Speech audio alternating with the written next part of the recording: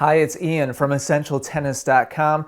Welcome to video 2 in a series of 3 all about the split step, something that's incredibly important to your success on the tennis court.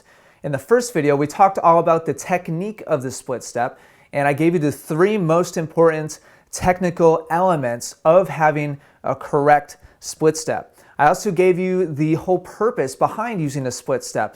And again, the purpose of using a split step is being as balanced and prepared to move to the ball as possible at precisely the right time. So in that first video, we talked about how to get physically as balanced as possible, as prepared as possible. And if you haven't seen that, by the way, please go watch it first. In this video, we're going to talk about the second part of that kind of little definition I gave you, the purpose of the split step, and that is being balanced at exactly the right time. And we're going to talk about the timing of the split step now. And I'm going to give you 2 different pro examples. We're going to take a look at David Ferrer first for 3 shots, and then we're going to go and take a look at Rafael Nadal. So let's take a look at David Ferrer first, and we're going to see that same footage that we took a look at in the first video in this series, where he's in a rally with Andy Murray. And we're going to take a look at exactly when he performs his split step. In the last video, in the first video, we talked all about technique. We're not going to rehash that here. We're simply going to look at when he performs his split step. So we see Murray here preparing for a backhand ground stroke, and David Ferrer is getting ready to make his split step. Now here he is starting to come off the court. Now watch as the ball hits Murray's strings, and you see that Ferrer is just leaving the court with his right foot. Both feet are going to leave the court, and now he's on his way back down as the ball is coming towards him.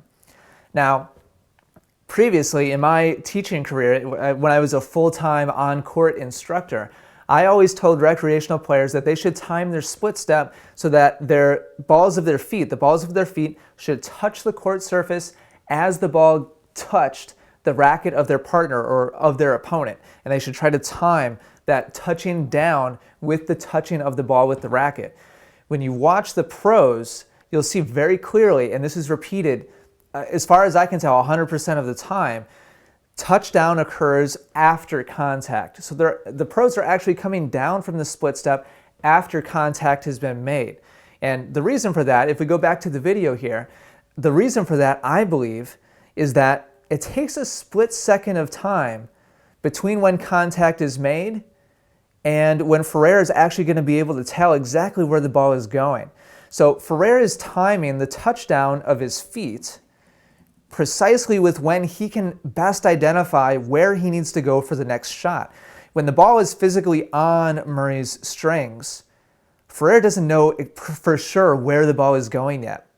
He might be able to see the timing of Murray's rotation forwards. He might be able to see even where the racket more or less is facing right around contact if he's paying close attention, which he is. But what if Murray hits off center a little bit? What if he shanks it a little bit? What if Ferrer just misreads it a little bit?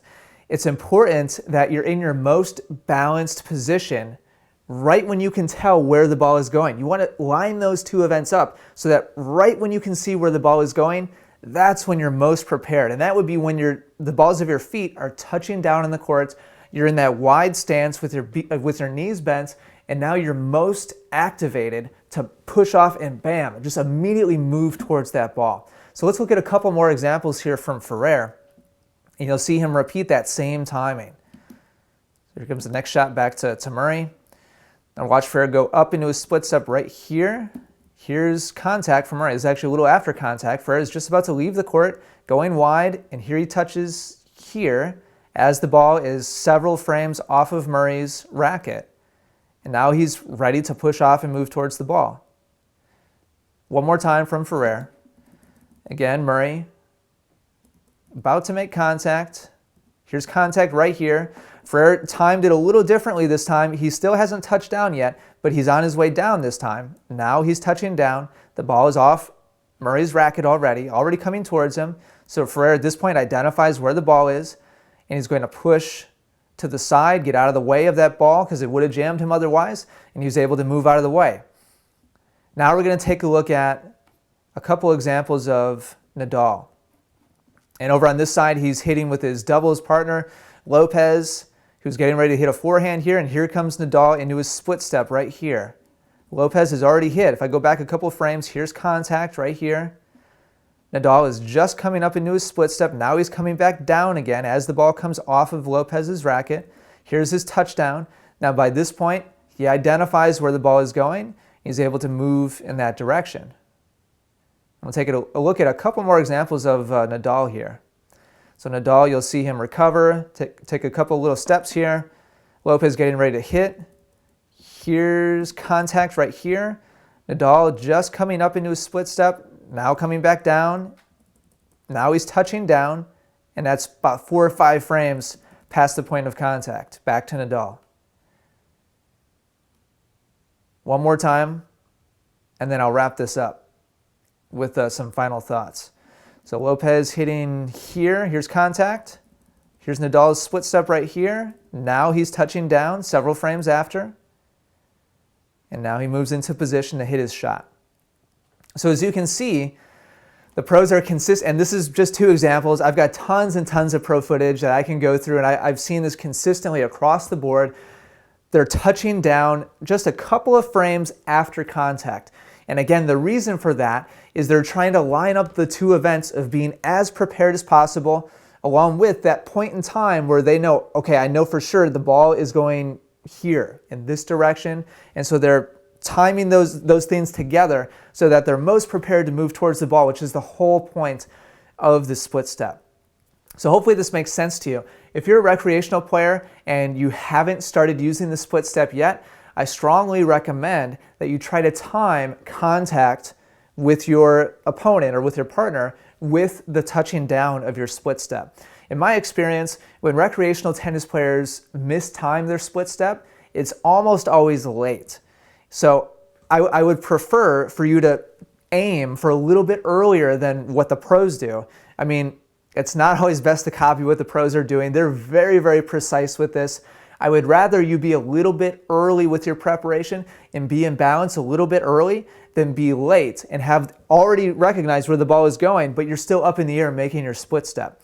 So keep that in mind. However, you can take this information and do whatever you please with it, but my personal recommendation is that you try to time contact with the touching down of your feet. So there you go. That's video 2 of 3, all about timing. In the 3rd video, I'm going to show you some actual point play examples, and I'm going to show you some different elements that the pros use as far as lining their feet up and using the split step dynamically within an actual point situation. They do some pretty cool stuff during competition. So until then, please leave any thoughts or comments right below this video. I'd love to hear from you. Get out there, start using the split step, and let me know of any results that you have as well if you get a chance to go out there and give it a shot. Thanks for watching. Talk to you again soon. Want to serve more like the pros? Find out how as I compare Federer, Nadal, and Djokovic during my free 5-video course. Get it now at freeservecourse.com. That's freeservecourse.com.